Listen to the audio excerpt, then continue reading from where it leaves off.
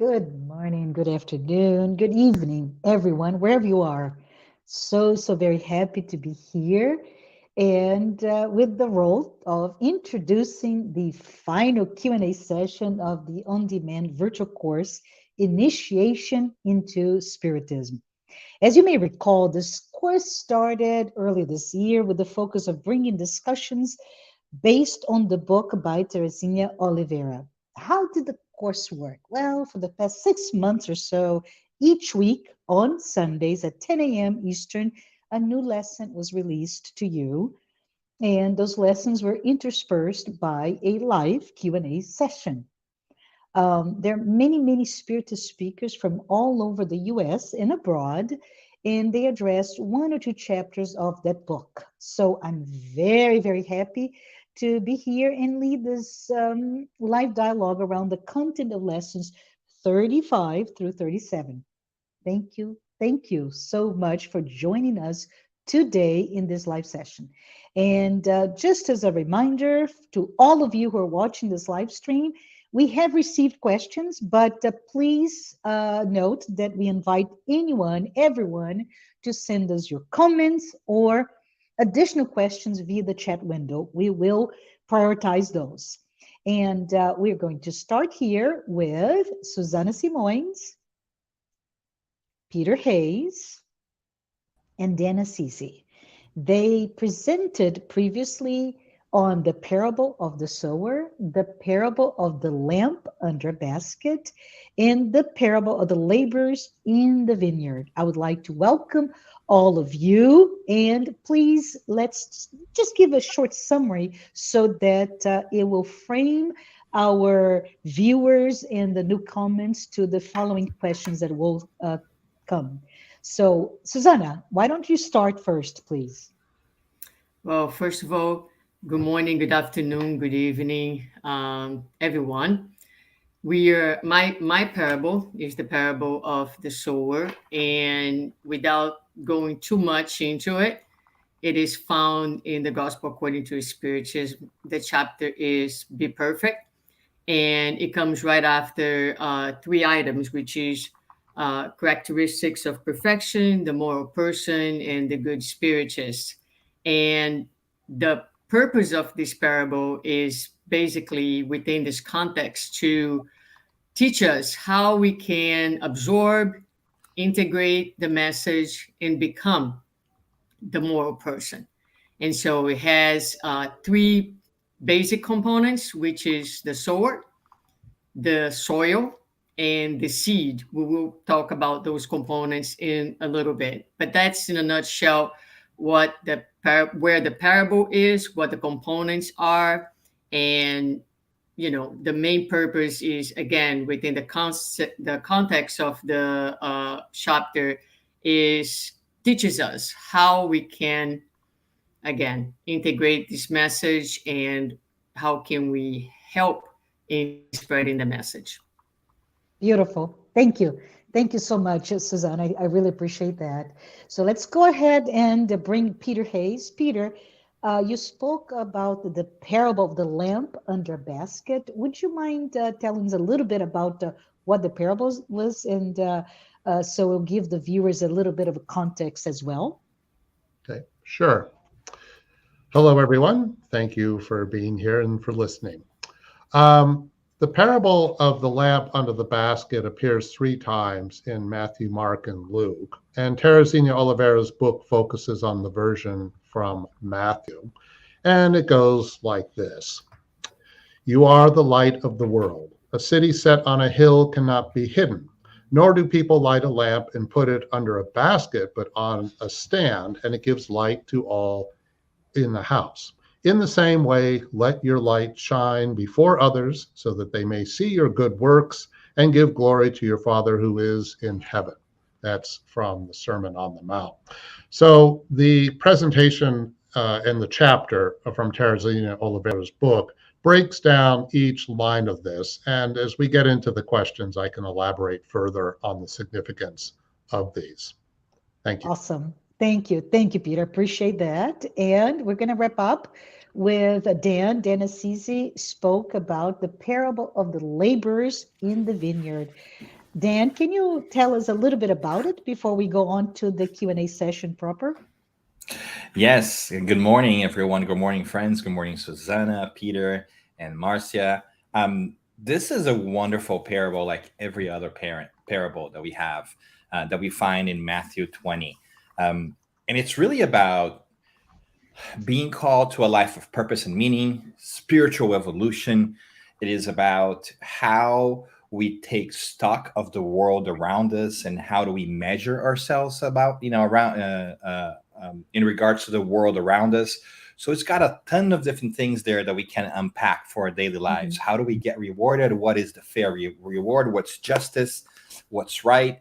So wonderful things that help us rethink how we go about in our lives in the spiritual world as it relates to the material world and vice versa. So there's a lot of really interesting wrinkles, really interesting opportunities for us to reflect on how to live our daily lives. So it's kind of hard to unpack this so quickly. There's so many different things in there, but I look forward to our questions and our responses. All right, all right. Thank you. This is awesome.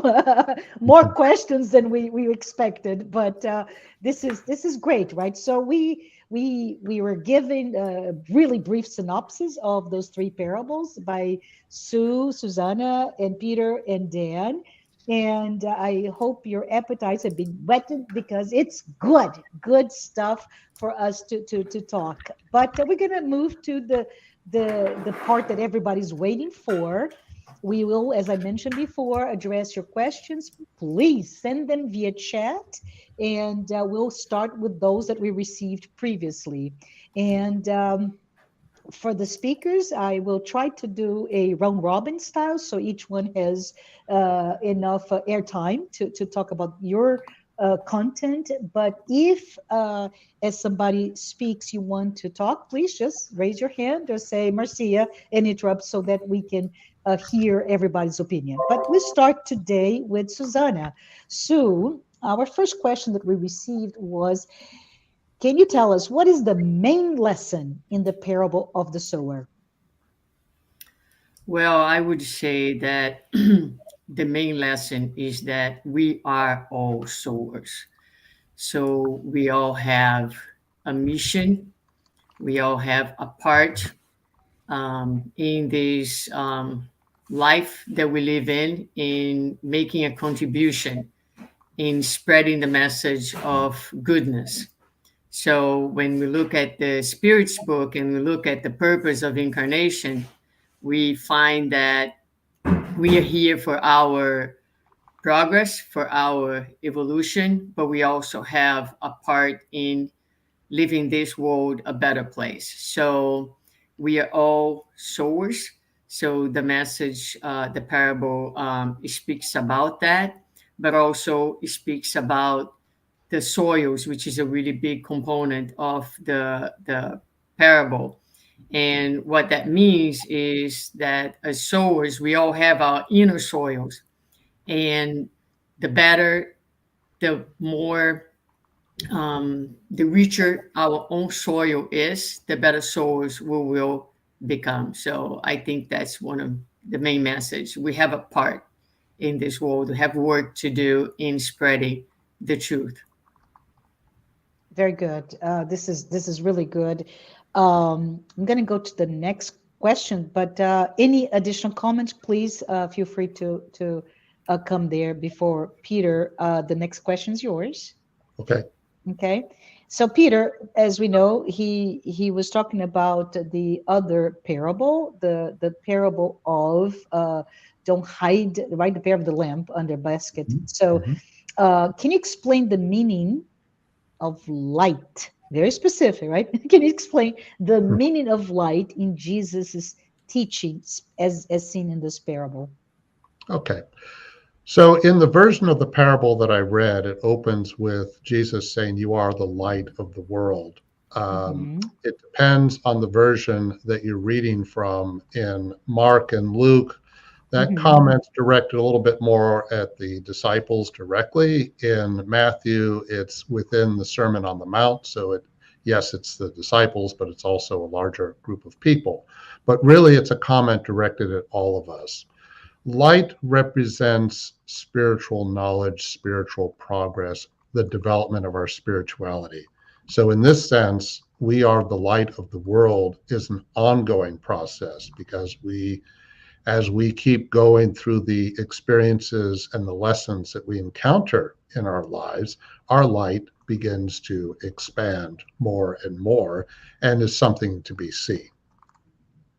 This is so true. And Peter, when we start thinking in terms of all of us, not just the disciples or the crowd listening to Jesus during his Mhm. Sermon on the Mount, but you and I, and all of you who are listening today, we may want to think perhaps in this period that we're going through as a transitioning of this planet into a world of regeneration. How can we really be the light, right? Be the light, bring light to those who perhaps are in darkness. And by darkness, I really mean living in from a focus of material world only. But this is awesome. Yeah, we And all have responsibility and we all have mhm, something to contribute and to share. exactly. Anyone want to add to that before we move on?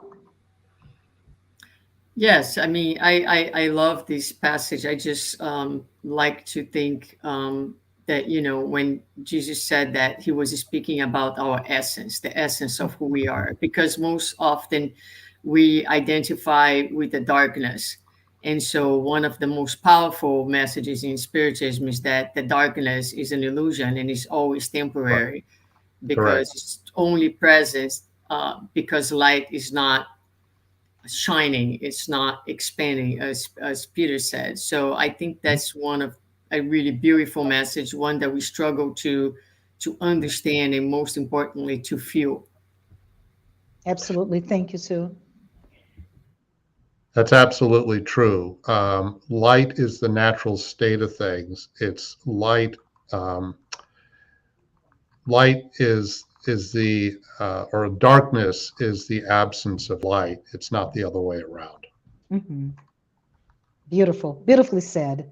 And if I can talk a little bit of Joanna here, Joanna De Angelis, right? She brings that that's our mission to Yeah. grow in our path toward this numinous state, right? As she calls it, the state of being pure light. So, anyways, Dan, I'm going to the next question that we received, which is why did Jesus teach the parable of the laborers in the vineyard? Or what is the spiritual meaning of this parable? Wow, there's so many wonderful lessons that we can take from this lessons from this parable and all these other parables, right? The beauty of the parables is that they're like a ticking spiritual time bomb that they kind of sit with us until we have enough time and it's the right time for us to comprehend their meaning, which is generally more than one. But in this in particular case, the workers or the laborers in the vineyard, it's really a wonderful reminder that we are constantly being called to work, to grow, to awaken, whatever term you want to take into your heart. But we are constantly being called to transform ourselves and apply that which we have learned into bettering not only ourselves, as we mentioned, but the world around us too. So there Mhm. is that call to action, but there's also this understanding of how that happens. Because in this parable, we see people being called at different times. And then we have questions about who deserves more because they were there earlier and what has happened. And so there's a lot of different things for us to kind of unfold, unpack, and iron out. But at the end of it, it's really about how do we bring purpose and meaning to our lives, and how do we handle the presence, the work, and participation of others around us too, and how do we face that, because it's not just about us, it's about us, but it's also about those who are around us and how we deal with them. So it's really a lovely lesson for us to ponder how do we interact with others, how do we make sense of the world, especially in these difficult times that we all Mhm. have been going to, where the world seems to have turned upside down, and we often wonder if people are getting rewarded more than others. What is fair justice? What is fair reward? What is justice? So there's a lot of things in there that are really mind-boggling in many different ways because it challenges the way that we accept rewards to be thought of. So it's a fascinating parable, I think. I love it. I love it for all of us, right? If you're going through something and you feel unjustly treated, or those who are, ooh, I got something that I really shouldn't be receiving, how to deal with that sense of entitlement or sense of perhaps inferiority, right, Dan? So the lots for us to Yeah. talk more. It's gorgeous how this really a parable that you could see so old, right, over 2 millennia old, speaks to what we're going through right now. Yeah, and it's I think one of the most beautiful pieces of that whole thing, and that often gets us to kind of scratch our heads a little bit. It's this idea of rewards, right? Like, is it enough for us at our current stage to Hmm. get what it's promised to us, what's enough for us to live by, or do we still feel like for us to feel like our job matters, we need to get more Hmm. than other people, right? Mhm. Yeah. So what is the true measure of success? Is it you having done the work that you're supposed to and knowing that you are okay, or is it you knowing that you've got more than your neighbors? So it's a Hmm. fascinating psychological thriller, I would say, about how do we find purpose in our own worth, right? Do we Hmm. have to really compare ourselves to others, or Right. do we just have to compare ourselves to that which we think we ought to do and that we think is right? It's a funny thing, isn't it? I mean, why do we assume that somebody Hmm. else's success is at our personal expense? Ah, love it. Yeah. Yeah. Mm. So just to tease everybody in the world of business, the world that we're going through, in yes, we some are saying we're post-pandemic, but we're still in the middle of it. Mm. The CEO of Pfizer has been in the news. $24 million received as he benefited from being thinking upfront about how to treat the pandemic. Right? Is he justly rewarded or not? Who cares, right? More for us to think in while we go through this conversation. Any additional thoughts before we move on? All right, so let's go on. Um, Susanna, back at you with your parable, and you already spoke a little bit about the soils, but can you take the time to really go through the four types of soils represent the parable? What do they mean, and how can we? What does it mean to us specifically? Right. So let's start with along the path, which is the first one, right?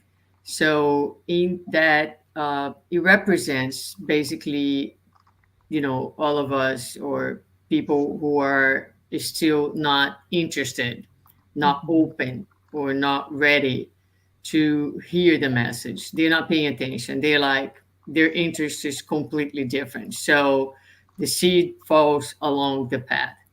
Rocky ground is what Kardec is going to classify as those enthusiastic spiritists who hear the message, who get all excited about it, but the ground is on the shallow side, so it doesn't go too far. And the among thorns is when the seed actually it has a little bit more of depth, so the seed's going to sprung. It does so on the rocky ground as well, so but it dies right after. Among thorns, it will grow, but what happens is it's suffocated by the thorns. So it is, what are the thorns? That's what we need to understand. So these are our immediate interests. This is our illusions. So anything that can suffocate the message within us. And the good soil is basically when we have the best conditions where that seed is going to find everything that it needs, not only to sprung, to flourish, but also to produce fruits. So it talks about different states of the human soul in, and again, what kind of soil is out there to receive that seed. And we can think about it, if we are the sowers and we are sowing in those soils, but we also have to remember that we have our own inner soil. So when we think about the soils, it's about, what kind of soil is my soul, is my heart, how good it is, what kind of, environment do I have within, so that the seeds of the gospel of the truth can actually find the proper conditions to flourish within. Love it, love it. We and something that you said, so really resonated to me, which is right, bystanders. We hear message, but we're walking through, or I have no depth yet. I'm an immature person, so even though I think that I am paying attention, I really don't have the depth or maturity to really grasp of the content, or we're suffocated by our what, our lives. We're all busy, we all have so much responsibilities that when we are hungry we forget about the content of the message. But I wanted to just share something here which is very interesting, and somebody mentioned it, just is so easy to grasp, right? When we speak, for example, of John the Baptist, what do we think? The Baptist, the baptism. He's known for baptizing people and purifying. And that's what we remember. We remember the external ritual, baptism, instead of the content that John was bringing to all of us. So, this is a reminder to all of us. Let us focus on the content, not the context by which the message comes to us, and how we can really be the good soil, which means, right, so we resonate with the message and we are able to truly bring fruit to our efforts in this journey. Any thoughts from anyone? Just one more thing. I Hmm. like to think that, you know we are not one or another type of soil. I like to think that our soul is like this vast landscape, and we have patches here and there where the soil is, shallow here. There's lots of places where the seed falls out. So there are certain ideas and truths and part of the message that we are more ready. There's more readiness in us. Hmm. There are things that are a little beyond us still. I'll tell you what, love your enemies. We're still trying to figure out how to love our friends. When it comes to love our enemies, it's like, whoa, what is that about? So it's like, it feels like it falls, along the road for most part. And so it's complex. It's not like, stories are simplified, right? But the human soul is very complex. So I think that's something for us to think for ourselves, but also as sowers, recognize that, people are not A or B. It's not black and white. And there'll be the need of time and inner work for the landscape to become more homogeneous and more rich, for the seed to survive and flourish. Love Yeah, it. and Hmm. there's something else in here too, Marcia, and that I Yeah. really liked about what Susanna was saying, is Hmm. because sometimes we think of ourselves of a like pretty straightforward or simple human being, but it's true that sometimes for certain areas of our lives we may be in one stage of that scale, and for others you may be at a different one. You might be that for spiritual awakening. I'm still, this shallow soil, but I'm ready for relationships and I'm committed to my personal Mhm. relationships. So it's Mhm. important for us to kind of detach this idea that we're just in one Mhm. space, in one phase, but that we could be in different pieces in there, right? And the other thing that I thought it was really cool about what Susanna said that she was talking, I was just seeing, is the sower. He doesn't go back and force the seeds either, right? Because Ah. he tells us about the story and he dumps it, right? He throws the seeds and he tells us, but he's not going back and saying, no, you seed that fell by the wayside, I'm gonna Right. get you and I'm gonna force you in that soil over there. There is no forcing. There's just an awareness and the letting of the peace take place, because we too evolve. So I love that there is that divine acceptance, tolerance, mercy, love, whatever it is that you want to call, that lets us Mhm. be who we are Yeah, in that period of time. love it. Love it. It's also, I think what Dan was and Susanna were touching on, a very important point, which is that our progress happens at our own pace. Yes, of course, we interact with one another, we learn from one another, but as far as what really sinks in with us, it is up to us to make that happen. It's not likely to happen if somebody else is pushing or trying really, really hard to persuade us and things like that. And that also means that when we do learn something, it sinks in more deeply because we arrive there at our own pace in our own way. And Love it's it. unique to all of us. Yeah. Mhm. Thank you. Thank you for that. And if I may, I'm going to go back to what Dan said. Dan, you said the sower does not go back. What Mhm. about reincarnation? I think it's the sower going back and replanting the seed in perhaps a different path. I'm just kidding here. So lovely. Thank you. Thank you, all of you. Peter, are you ready for the next question, which Yes. is what is the key idea found in the parable of the lamp under a basket? Okay. So if light represents spiritual knowledge, spiritual progress, light could be a metaphor for the spirit itself, but more Hmm. importantly, perhaps the progress of the spirit. Hmm. Then the rest of the parable is pointing out a few things. First of Hmm. all, if a city set on a hill cannot be hidden, it is a given that as light expands, it will be seen. Not only will it be seen, but it's meant to be seen. It is part of the beauty of light that it's to be shared. And we're encouraged to do so.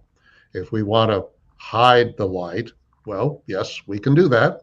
But it may be that we're doing so because we're afraid. It may be because we're proud or selfish in some way, and we're making an effort to conceal the gifts that we have. But in the Spirit's book, under the social law, there's a strong emphasis that human beings are naturally gregarious. We learn through interaction. Yes, of course, sometimes we can be in solitude for a little while, but generally speaking, it is much better for us and much healthier when we interact with one another and learn from one another. And that is a way of allowing our light to be shared as well as our light to expand. And then at the end of the parable, when it talks about that doing good works, is more in harmony with God's wishes, that this is a big reason for why we're here. We're here to progress. What does Spiritism emphasize? We're here to develop our spiritual progress. Therefore, that would strongly imply that this is more in accordance with what God wants and is hoping that we will do. So, all of it is really about the role that we play. And again, each and every one of us has our own responsibility in this, our own opportunity in all of this to allow our light to grow and to share it with others. Very, very, very good explanation, right? And I really appreciate, Peter, you really bringing not the parable in itself in terms of light and knowledge, etc., but really putting in terms of our need as social beings that we are to Mhm. be who we are. And it resonates to me specific what you said. Maybe we don't, or maybe we hide our light because Mhm. we're afraid. Mhm. And I think it's very important for us to think about it. What is it that is feeding our fears?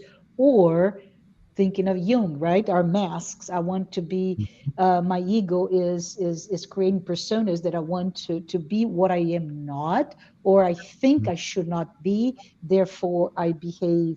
I believe something. I know something, but I do act or say things that are not in in congruity with that message. But thank you for that. Mhm. Any additional thought before we move on?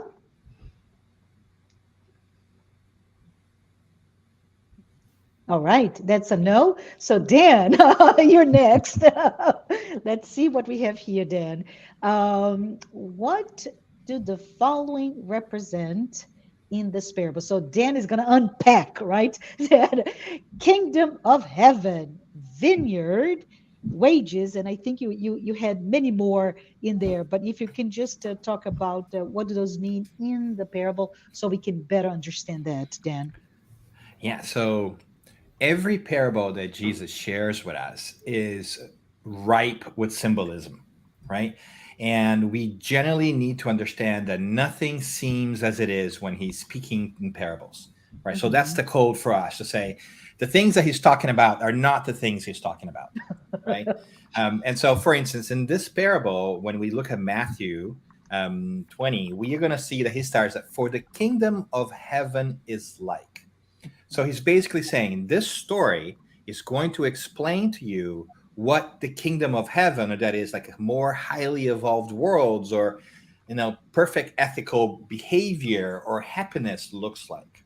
So Mhm. anytime that we hear these words, we should code switch in our brain and know that whatever's coming next is an explanation of what that looks like. But because we don't know what the kingdom of heaven looks like, Mhm. it's hard for us to fathom, right? So he has to talk to us in terms that we understand. So he uses everyday scenes.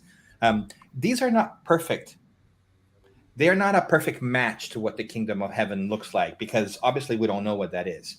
So it's going to be, like an imperfect way of looking at it where everything is not the same. So this whole story is about the kingdom of heaven. This whole story is about how is it that we are going to act and behave and see the world once we are at a stage that's much higher than the one that we are in now.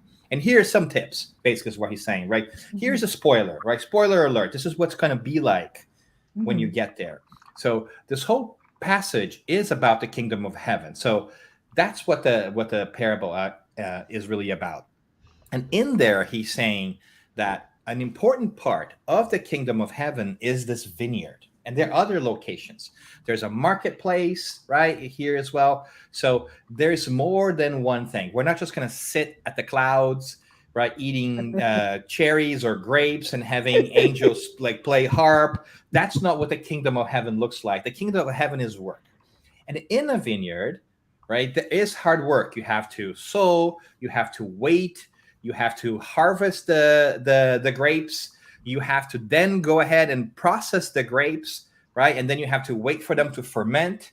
And then you have this wonderful, beautiful final product, which is wine for us, right? Most of the time. So there's work. So the vineyard is whatever it is that we are going through that is helping us grow, and it's that process and the field in which we act to let the process of spiritual evolution take place. And Mhm. that's a really great. And for some people at first, I feel like the vineyard could be a little bit discouraging because people think that heaven is spiritual retirement, right? That you're going to sit in the cloud, you're going to turn on your divine Netflix, and you're going to do nothing. But that's not the case because it can't possibly be, right? Like, what's the point? That would be super boring, people. Let's level here for a second, right? That might be nice for like 2 months, but after that, who would be able to kind of just do that for all eternity? It's not good. So it's about growing, it's about contributing to the world, being happy with yourself, creating things, making things better. So the vineyard is a beautiful illustration in that sense, and something that people could relate to at that period in time, right? Because It was closer to what they knew, which vineyards are a little bit farther away from what we know nowadays because we don't all know how a vineyard works, but it's a beautiful example, anyways. And last but not least, because we could talk about these stories that Jesus tells us for days at end, this concept of wages, like what is fair payment or reward for the work that we do? And that is, I think, really the core of this whole argument, this whole idea, this whole celebration that Jesus shares with us in this parable. Because Mhm. as you might remember, in this parable, workers come or they're called at different times. So there are people who have been working there since the morning, people can come in the afternoon, and at the end of it, they all get the same pay. And that's what triggers us, right, in this world of ours, because all of a sudden, our preconceived notions of what remuneration is or what payment is are bothered by that. How? What do you mean? I have been there since the morning and I've gotten the same of the guy that came in last. That's not fair, right? But that's only true when we look at it through our selfish perspectives. Because nowhere in this parable is there the concept of productivity. And this is a modern concept that we are now dealing with during the pandemic, right? It Mhm. doesn't matter for us now where you work anymore, how many hours you work anymore, as long as you get your job done, right?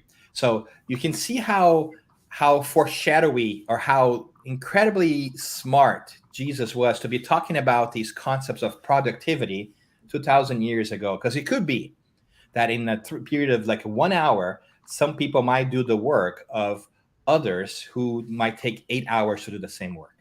Maybe because they have that experience already. Maybe they already have those skills that other people are still developing. And that's why this parable is so great, because it challenges our preconceived notions of getting a reward just by the amount of time that we are at some place, right? And this is what's really tricky because we have this ingrained notion that time equals wisdom, and not always, Mhm. right? It could be that we have been studying Spiritism for 20 years and somebody gets to know it, and in 1 year, they might get it more than we do for the past 20 years. We sometimes don't like to hear that, but that is true, right? So there is a difference between outputs and outcomes. Output is what you do, Yeah. and outcome is what happens, what is actually the achievement there. So it's a really great challenge to all of us to figure it out, what is productivity and how should we be rewarded. And then we go even farther and we think the reward is the same for everybody. Why does it bother us that everybody gets what's fair? Yes. What does it say about us when we are truly measuring ourselves, not whether we have enough or those around us have enough, but whether we have more than other people? Isn't that telling? Isn't that a profoundly contemporary lesson for us? Because if I have enough, shouldn't I be happy for somebody else getting something else?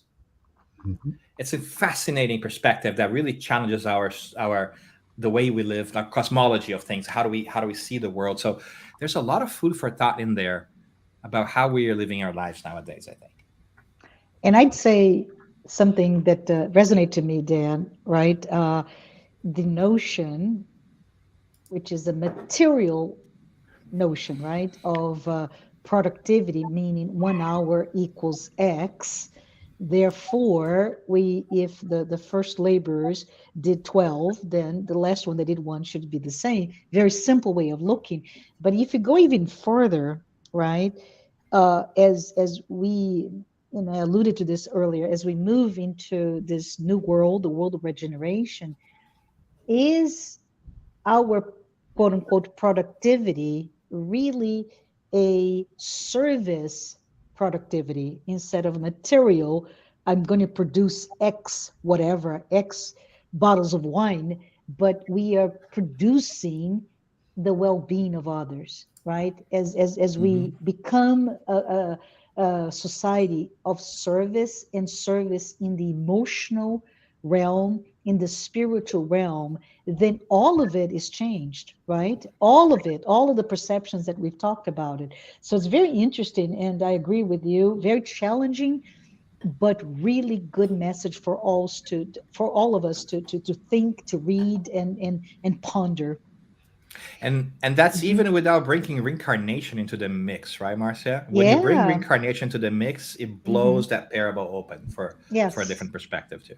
Yes, because I keep thinking, right, as you talk about reincarnation, is the labors of first hours those that they needed as the challenge that they're going through for whatever reason, they needed to sweat, if you will, 12 hours.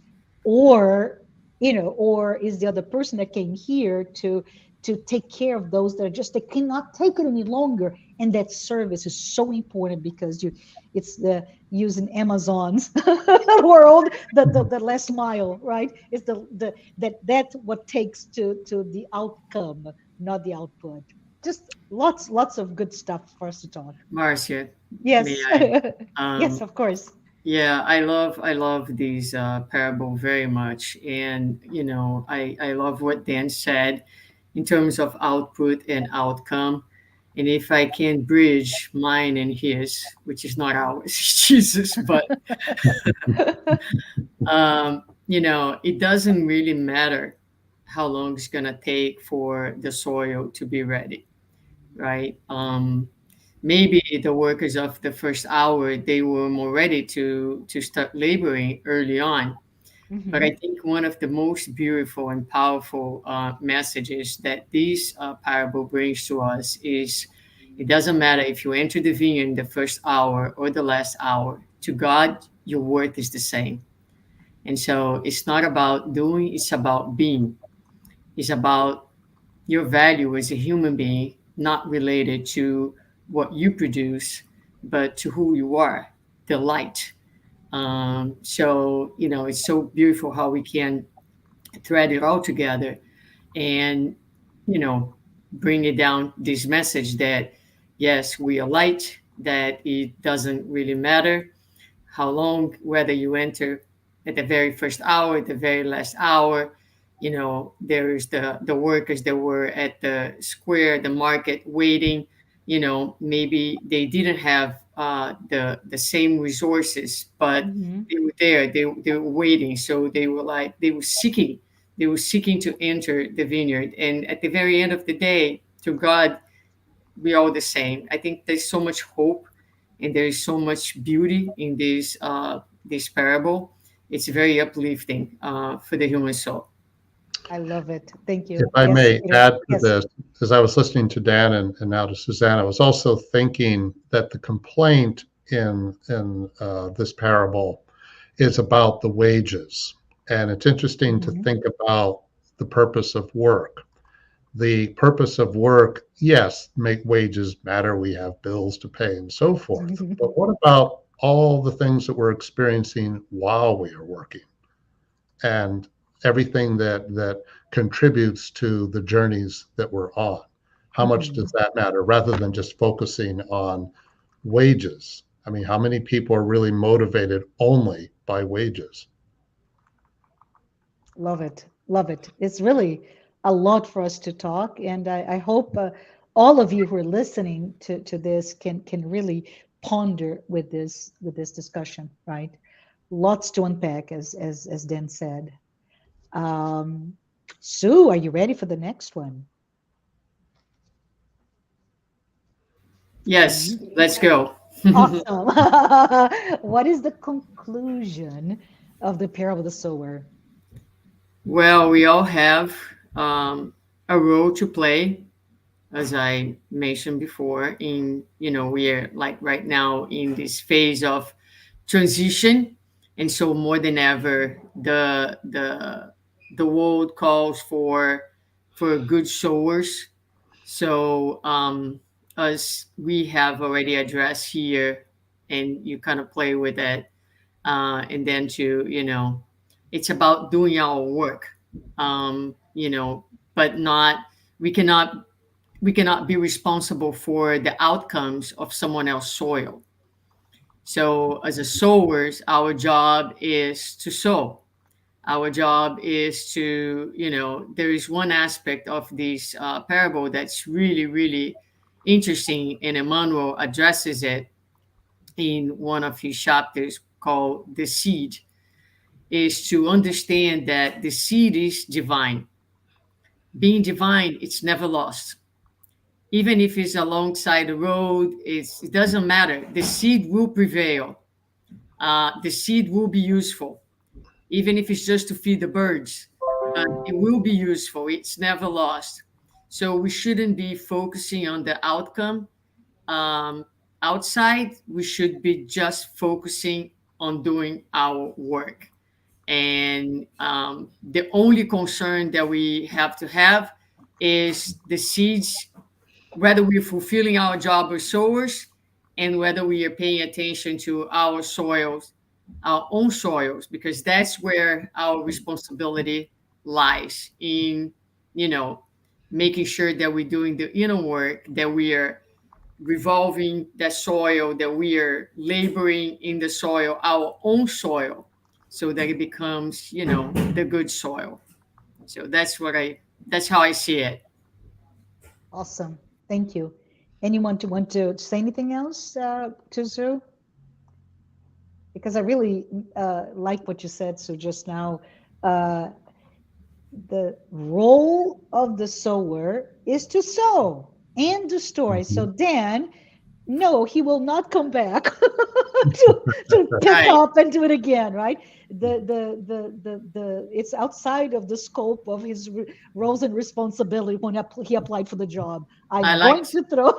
Yeah, I like to think that we are sowers when Uh-huh. it comes to the world, right? The other Mhm. soils, we agricultures of our own soil. But when it comes Yes. to the spreading of the message, just sowers. You sow and you move along. Love Yeah. it, right? Mhm. And it goes really well with Peter's parable, Mhm. as he may talk in the next few minutes. But it's really important. You so forget about if that person is listening. You are disseminating the message. Yeah, Beautiful. it's similar to like the metaphor of the light. You be the Mhm. example of the light. You're not out to shove it down anybody's throat if that was possible. I'm looking for a light to just bring it here. We're not Exactly. supposed to do that. I'm here to make you all see, kind of thing. Yeah. Mhm. Very good.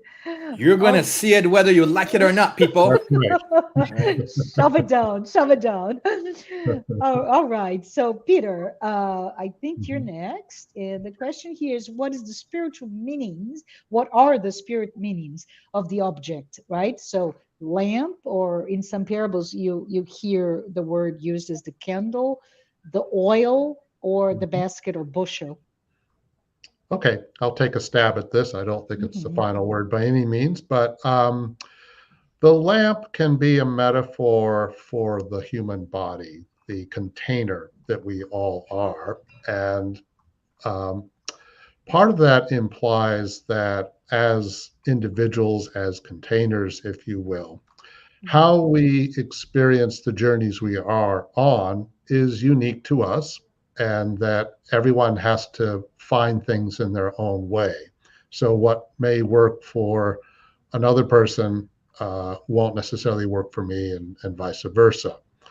Um, as far as the oil, in the Spiritist book, The Way, the Truth, and the Life, the last chapter, chapter 180, Emmanuel talks about this parable, and he makes a point that the oil can represent humility, our intentions. If oil is used to allow the light, I mean, if you think about it, you have a Mhm. lamp, you have most likely olive oil if we're talking about Roman times. Mhm. The oil is absorbing its way up through the wick and then allowing the light to occur. So if the oil is a metaphor for our intentions, our willingness, humility to try to allow our light to expand, all the ways in which we somehow get in the way of that. If we do not have humility, that can obviously make it more difficult to slow down the illumination process, if you will. Mhm. And then Mhm. the basket, in the case of this parable, since it's talked about putting the lamp under the basket can be a metaphor, as we said before, for our fears. I don't want to share my skills with anybody. I'm afraid to reveal who I really am. I don't know if I really have anything I can share with others. I mean, what do I have to offer the world? That kind of attitude. And this gets into another area. We don't have to be perfect in order to help others, inspire others. We do what we can with the gifts that we have at the moment. The basket can also be a metaphor for negativity, deliberate effort to conceal, because the way the sentence is phrased in the parable from Matthew is it's getting into the area of choice. I choose not to allow my light to be seen. I'm going to hide it somewhere. Um, you could also read that as oppression, repression, etc. But if we're focusing on our own intentions, it has a lot to do with our negativity, most likely, our negativity getting in the way somehow. Yeah, this is really interesting, right? To look for the meaning of the objects in this Mhm. parable with our feelings or our readiness, humility, right? And potentially negativity or fear. I wanted to say that when I have read this, I also see something very interesting. If you think in terms the oil and even the wick Mhm. as you Mhm. light, Mhm. right? And you mentioned humility because you're not the centerpiece. It's the light itself is what matters, not the wick of the oil. But there's a Mhm. sense very beautiful there, which is the sense of sacrifice. You give Mhm. yourself away. You are actually being, I don't know if that's the best word to use, but the wasted or used for another higher purpose. And with doing this, you become light itself. So there's so much in there that I find quite beautiful for us to think about it. Yeah. Any thoughts? Yeah, go ahead. Well, I was about to say, oil can also certainly represent generosity, as I think you were alluding to, Marcia. Hmm. Hmm. Just kind of allowing something to just happen and flow freely. Hmm. Absolutely. Absolutely. Any other thoughts before we move on? All right, Dan, you're next.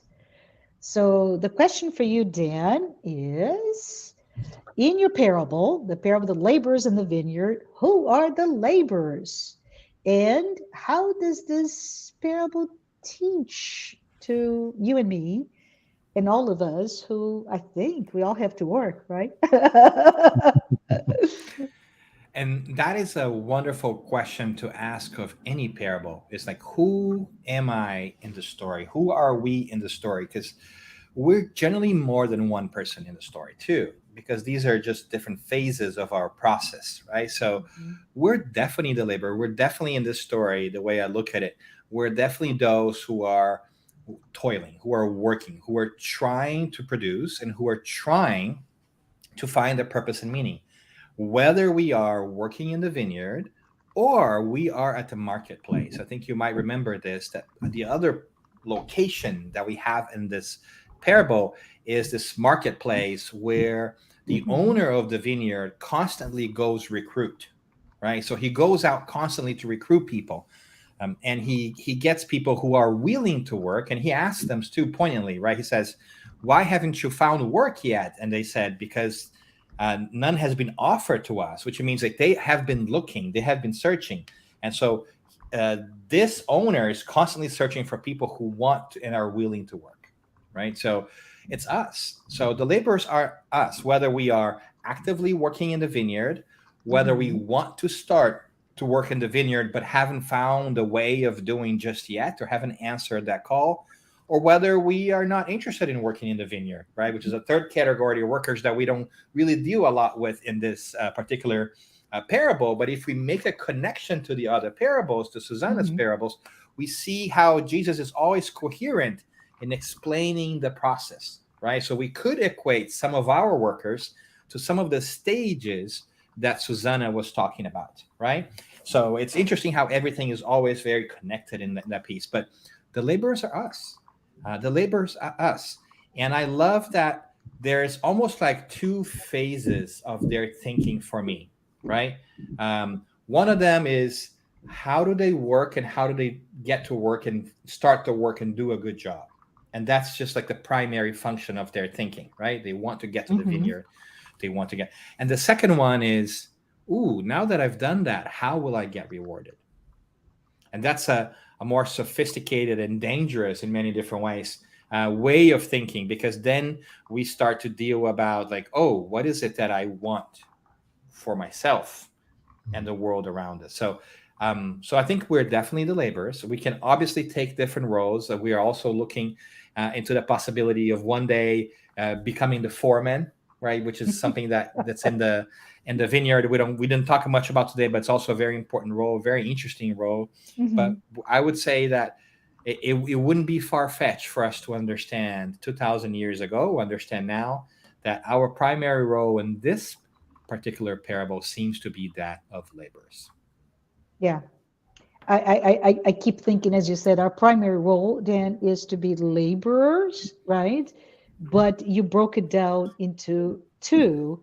Uh, as we are in working, right, and we are working toward something, is our thinking to get to it and do it well, or as I'm doing, I shift into, oh, how do I get paid? How many more hours until I get paid, and so on and so forth. And this is very interesting because if we do a metaphor or a parallel to, love in action, charity, and you can see those two, right? How do I serve? How do I become charitable versus those? And I've been in many different types of community service to have seen that those who are obligated to serve, and they look for when can I get out of here?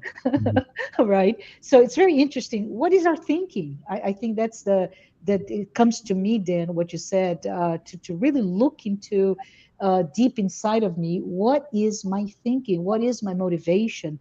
How can I transform my life into one life of working versus being thinking on how do I get out of work, right? Or how do I get compensated for what I've done? Awesome. Anyone want to add to that? I would Mm-hmm. just want to ask. I would just Mm-hmm. going to add that we're talking about reward, right? And in this particular case, we are talking about the reward of compensation, like Mm-hmm. financial compensation, right? Mm-hmm. Like the one denarius, like one proper money for the day. Mm-hmm. But there is the other question that is raised here, not directly but indirectly, of whether that one worker that speaks up, because there's one worker that speaks up, there are other workers that are also recruited during the day who do not speak up about the so-called injustice of being paid less than the person that came next, even Mm-hmm. though they had all gotten what they were promised, right? Mm-hmm. And I think that is a fantastic thing that we could you know go Mm-hmm. for many hours, many days. But I think that these other people have gotten that there is a second kind of reward, which is the reward of satisfaction of a job well done, right? And I think it's important for us to remember that, because I think nowadays a lot of people are thinking about, the great realignment, the great resignation, finding Mm-hmm. another work, something that pays me according to what I believe I am worth, right? All that is great thinking Mm-hmm. for sure. But I love that we are beginning to understand that the financial compensation or your total compensation package in our lives, it's not only money and benefits and stock options or whatever it is that's important to you, but it's also your quality of life. When do I work? How do I work? What kind of work I do that's meaningful to me and uplifts my spirit in general, right? So I love that we, even through our everyday lives, are getting closer to this concept of reward and the kingdom of heaven that we see in these parables that are done 2,000 years ago. Lovely. Thank you. Thank you for that, Dan. Any additional comment before we move on? I think it Mm-hmm. one way to boil it down would be it has to do with, are we appreciating that the way in which we spend our time, does it serve a purpose? a meaningful Mhm. purpose in some way. Yeah. Yeah, very good. Thank you. Thank you, Peter. Lou, Lou, I'm sorry, Sue, Susanna. And I think we may come to our last round of questions for the three of you. So maybe if you want to think in terms of answering, but also make a conclusion. So the next question that I have is, why is the parable of the sower so important? Why should we care? Well, I think we all hope for a better world to live in. Hmm. We all seeking happiness in life or well-being, and I think the three parables talk about the importance of manifesting the light, the service, um, the collaboration. I think people often place in God's hands, what is God doing? What's happening here? Why can't God make things better? Well, God is trying to make things better, and the way that God works is through our hands.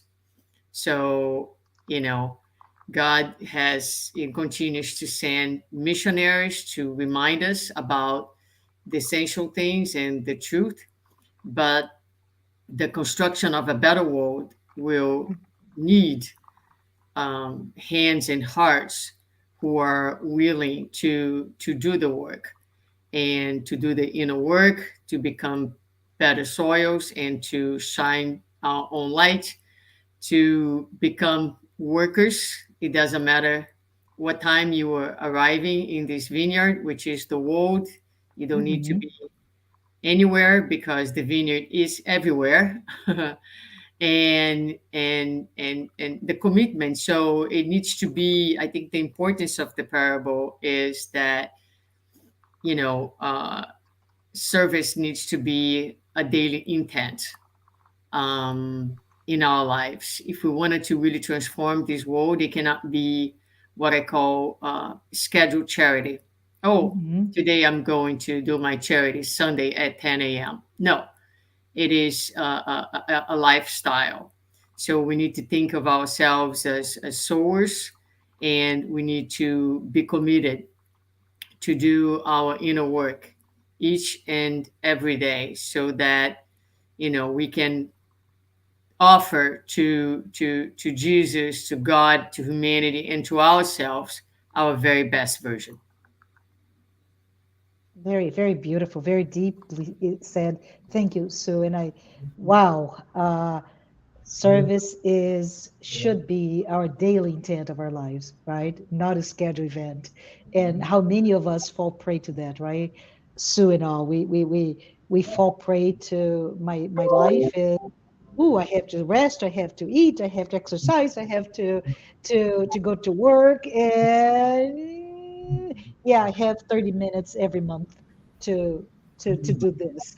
Yeah, without realizing that all of those things can be moments of service. We have this very um, childish way of thinking our spirituality, um, immature, I would Mhm. say, Mhm. as separate from the material. Everything Mhm. is spiritual. Every single thing that we are doing is spiritual. We need to bring this mindset to everything that we do. If you are running on a treadmill, that can mean that you're taking care of yourself, Mhm. your physical body. If you are if you are in a restaurant with a friend, you can be of service by being generous with the waiter who is serving you. So it Mhm. is about bringing generosity and kindness and spreading the message anywhere and everywhere. And all of those examples are a way in which we allow our light to shine by Mhm. trying to put to good use the opportunities that we have in the ways that Susanna outlined. Love it. Thank you, Peter. Any additional thoughts before we move on? All right. So, Peter, I think the next question is for you. Okay. Can you highlight some parallels between how early Christians were called, and we're talking about the time of Jesus, right? They Mhm. were called not to hide away their light, and today's Spiritists, how we are being called by the same parable to do something with our content, our knowledge, and our bent. What do you think? Okay. So during the time of Jesus, when Christianity was pretty much an obscure sect, um, it would soon become rather dangerous, as it was in Jesus's time, but even more so after the time of Jesus, to be a Christian. And Jesus certainly was saying to the apostles, this is not going to be easy. And what's interesting about the way the disciples or apostles are portrayed at times Mhm. is the way in which they struggle with their faith.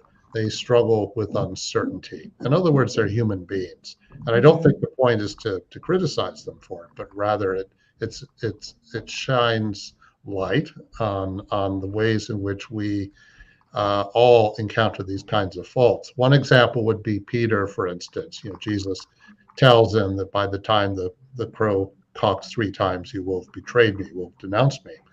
By the time the crow cocks, and Peter, of course, doesn't think that's going to happen.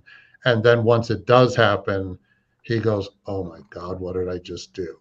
So it's a way of revealing that you could say in that moment he was putting his light in the basket, as it were. Why? Because Peter was afraid when Jesus was arrested. All the disciples pretty much were terrified, understandably so. Judas, of course, betrays him, but there is, at that moment at least, they were hiding. But then later they realize, okay, we definitely have a job to do here, and we have seeds to spread, as it were, and a lot of work in front of us. So I think, again, in the case of early Christians, it was battling that fear and uncertainty, lack of trust, lack of faith in oneself. Mhm. As far as spiritists are concerned, well, there are a lot of, I mean, we could probably spend the next week talking about that. But one way to think about it, I would say, is if we are learning this knowledge and we're trying our best to put it into practice in our daily lives, which is where the real work is, are we revealing that to others through our own example? Are we making an effort to be the best version of ourselves that we can be? But as Joanna and Dan talked about, it's not about forcing.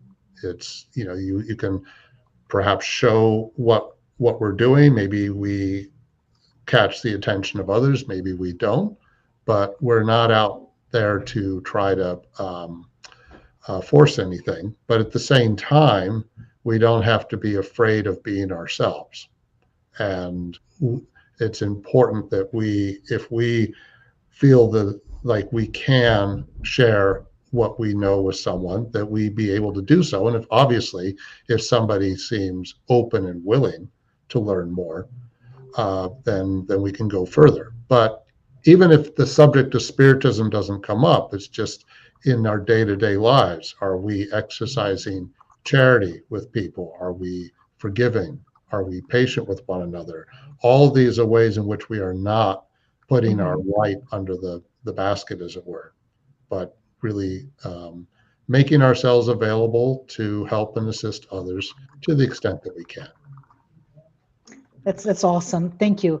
And I think this is, when you're talking, Peter, about how, right? How do we reveal our light through examples? And the word, and I'm going to paraphrase awfully. I forewarn you.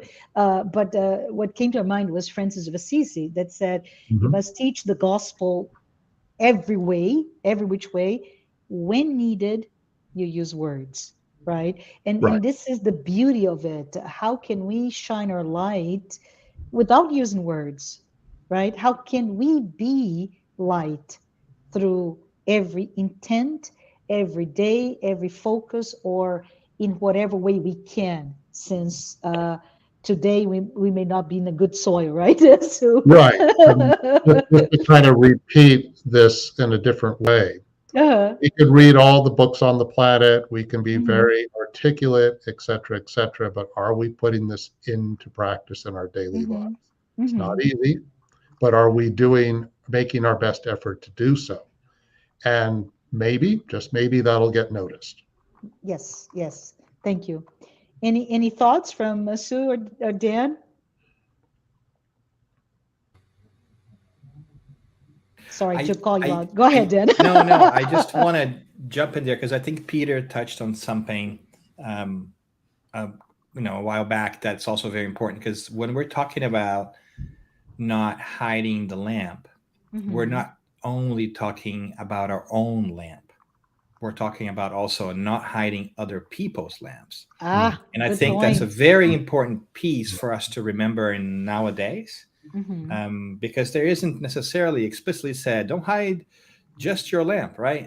So mhm, we have to be very careful and thoughtful and considerate too, not only not to hide other people's lamps, but to Mhm. actually help it shine Right. when it has to. And so I think that there is a secondary calling there, which is how do we recognize the light of others and how can we help that light not um, be put aside too. So I think it's just another way that we can also Mhm. take in this beautiful message that comes from our older brother Jesus. And I thank Peter for mentioning that as well. Thank you. That's a very important point. yeah, exactly. Love it. All right. I have a question. I'm gonna maybe ask Dan or Peter or Sue, whoever wants to do. But Nancy, hi Nancy. Thank you so much for your comments. Nancy asked. She said thank you, and that this is a very important topic in our society at this moment. And the question is, where technology is bringing the benefit of working from home? What can you say about that? I can take a step first, and then Sue, you want to jump Mhm, in, or you want to go first? Oh, you mentioned a little bit about that. Go ahead. mhm, Yep.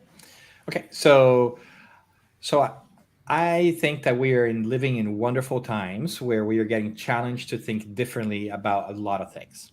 And mhm, one of those things that I think we are experiencing in our professional life is this idea of telecommuting, of working remotely, or whatever it is that you want to call. I do think that we are still sometimes thinking it from a materialistic perspective and focusing on a manifestation of it that perhaps not the most helpful one. Let mhm, me see if I can make this clear. In my mind, it's not about where you work, but it's about whether where you work affects the work you do. You see, it's ever mhm, so slightly subtle, but it's there because it's true that some people will not be able to work remotely because their job is necessarily in front of mhm, other people at a specific times. If you work at a store, if you work at retail, it will be hard for you to work remotely, right? If you're a Because physical that location, therapist, a Mhm. physical mhm. therapist, right? Like because these things will affect the work you do. And I think that we're focused a lot on like where do I want to work as is best for me? And we have missed the piece about like, does the place that I work affect the work I do? If I'm a Mhm, laborer in the vineyard, I cannot go work in the marketplace. It just doesn't happen, right? So mhm, I think that the question is, can we realize that for some jobs, for some functions, the location in which I work might not be best suited for that job, and others that might be, because I could work remotely from home and do a tremendous job. I could also work remotely from home and do a poor job, right? So absolutely. Yeah. I think that the question is more and more we are going to be given the freedom of where do we work for certain kinds of jobs, but it's not just about the location, it's how that location will affect our performance and therefore Mhm, our quality of life and that of the function to be done. So but I do think that we are going to have to grapple with these wonderful questions. We have been given more freedom, and what are we going to do with it? This is like a recurring message that we see in the gospels, right? We talk mhm, about free will, we talk about cause and consequence quite a bit in spiritism. So what is it that we are doing with these new possibilities? And it is also true that all of this could be correct, that you could work remotely from home and do a stellar job, but somehow your manager may not want you to. And that's another barrier that you're going to have to deal with because it's not just about you, right? So these are very important challenges that we're going to have to face. So I think that is just now we are ready to work remotely. We have been given these gifts of technology to be able to do. Look what we're doing here right now. Isn't that Mhm. awesome? Right? In different Yes. parts of this wonderful country. The question becomes then, like, how do we make the best possible use of this? How do you use this well? How do we let this shine, this light shine in a way that is positive? So yes to working remotely, yes to taking advantage of that, and knowing that there are limitations and there are responsibilities too. So I'd like to add some things here, if I may. So when you talk about Nancy, you bring in specifically the benefits of working from home, right? To me, what came to mind is several areas. But number one, it is a great technological advance that was pushed through by way of a pandemic, and I keep hearing either 10 or 20 years acceleration in the technology. So we're here in a better way because of something that impacted us so deeply in the past 2 years. So, yay to technology. But the other component that I see is, and I love what you said, Dan. Well, you may be ready, you have the technology, etc., but your manager may not want you to work remotely. So, what do you do with that? How do you, and it goes back into the parable, the quote unquote unfairness, but my co-worker from the other department works 100% remotely, and now I have to go to the job 3 days a week. Not fair, right? So this is interesting because it may come to play with that sense of what is fairness, why is it happening to me, why am I there?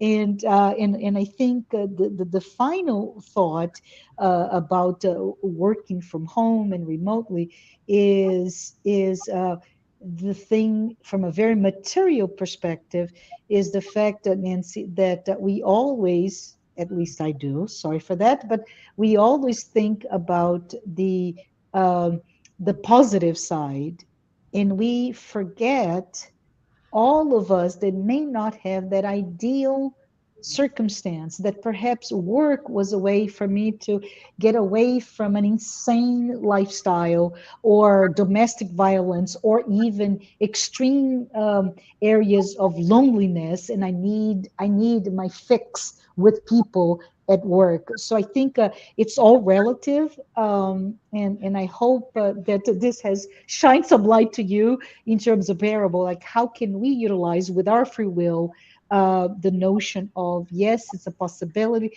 but what about it? What about that possibility? 3 points, too many things. I don't know if I added or not, but any thoughts before we move on to Dan's question? I think I confused more than anything. But Dan, next question is yours. So the question is, what is Jesus, Dan? What is Jesus teaching about the sense of fairness? And I guess it's all about our sense of fairness, our own behaviors when we receive more than what we believe we deserve, our sense of gratitude, good one, right? And fairness, or our feelings of envy and jealousy. That's a lot there, Dan. Yeah, yeah, but I think that Jesus has an incredible ability to make things easier because in the parable, the way I read it, Jesus is the foreman. He is the one Mm, doing the payment, right? God is the owner of the vineyard, and Jesus is in perfect accordance with the owner. So much so the owner says, "Pay them," and start with the first one, the last one, and go backwards. He doesn't tell how to pay. The foreman already knows how to pay them, and I think that's Jesus. But I think what's really great, yes, to all this fairness and everything else. But mm, I think that what's important to me is that God and the foreman, the owner and the foreman, are going to reward people justly. The question is, how are we going to sit with it? And how do we transform our perception of what that should be? So at the end of the day, I think it's really an invitation for us to transform the way we see rewards, recompense, remuneration, whatever hard word you want to put in there, and have to come to grips with ourselves, or Mhm. what is it that we want, and how do we sit with it, because the reward will not change. We can whine, we can complain, but we're not in charge. Uh-huh. The kingdom of heaven is like it was given to us. Now we just have to kind of make peace with that and come to terms that it's okay for us to just have enough. It's okay for us to have all that we need. We don't need to have that and more than other people, right? And that's a difficult and individual reckoning that we have to kind of come with ourselves. Yes, absolutely. And then Peter, I think you mentioned to alluded to that, right?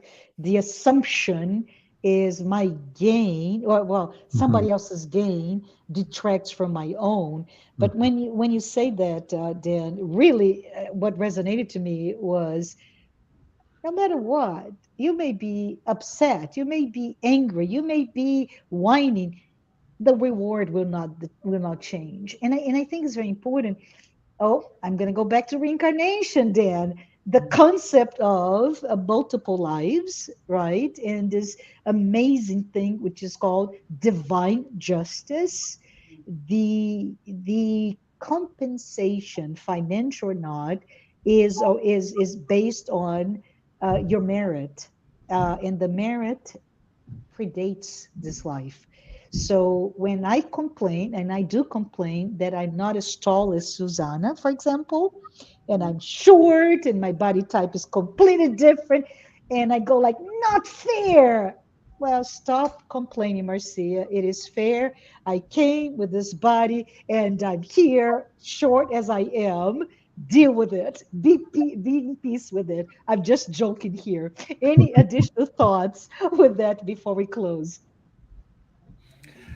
No, I would just invite, I think it's a great point. I think that I would just invite folks to look at these parables and add this layer of reincarnation, because whenever you bring reincarnation to any of these parables, a new world opens up. It Yes. allows us to go deeper, like the concept of efficiency and that we were talking about, the parable of the laborers in the vineyard. Well, what if those laborers already had those skills they had acquired in a previous life, and that's why they got the job done so quickly, right? So the concept of fairness and divine justice is greatly improved, justified, explained once you apply the concept of reincarnation. So yes to reincarnation, yes to kind of seeing more than just one slide in the movie, of seeing the Hmm. big picture. And that's one of the beautiful things I think Spiritism brings us, is the ability to look back at the things we know and understand them more deeply, because now we are beginning to grasp what reincarnation is and how it has an impact, or could have, or has, well, no, it definitely has an impact in our spiritual evolution. Absolutely. Thank you. Thank you, Dan. Any final thoughts from you, Sue, or Peter? Well, my final thoughts, I want to bring very quickly just an aspect of my parable that I think is nice to close. Um, a lot of times we hear folks saying that they are not ready. They're not ready to do the work. And I think one of the elements, powerful elements of the message is the seed. Emmanuel has a page called The Seed, where he reminds us that everything has a beginning. It has to start from somewhere. And so, we don't need to be experts. We don't need to be, fully skilled to enter the vineyard, to start doing the work, because it is through the work that we are going to develop the skills, the virtues, and that we are going to expand the light within. So um, don't see your limitations as an obstacle. Don't postpone the beginning of the work because you don't think that you are ready. The message of the seed is that everything starts little and has a beginning. And the people who have become perhaps someone that you admire, they too began from somewhere. It's just that we miss the whole view, and we see people where they are, and we forget that, or we are unaware of the road that they travel to get to where they are. And being divine beings, the potential lies within each one of us. The sky is the limit. You are gods. You can do everything that I did and more. Love it. Thank you. Thank you. Thank you. Thank you. So we have just a few more minutes. I want to say thank you, everyone who is here with us watching this live Q&A session. I want to thank you for anyone who has been following our weekly releases of the initiation into Spiritism as a course. And thank you for every single person who contributed to this class. It's been a wonderful past 6 months. We learned a lot. We got a fairly small book with about 30 some chapters, right? Very small. And yet each one of you brought something, a clarification, a way to make it very, from an interpretation perspective, something that make very personal yet very universal. So thank you, all of you. And with that, I would like to ask Peter, can you do a prayer before we close our day today? Sure. Thank you. If we can, let us close our eyes. We thank you, dear God, for the wisdom that you provide to all of us, for the gifts that you provide to all of us, for the opportunities that we have. We thank you, dear God, for this planet and for the ways in which we can learn in a variety of ways as we engage with one another and as we move through the lives that we have here. May your light shine everywhere. May your seeds be spread everywhere. And may all of us do our best each and every day to put the work that we have in front of us to good use. Please bless this era.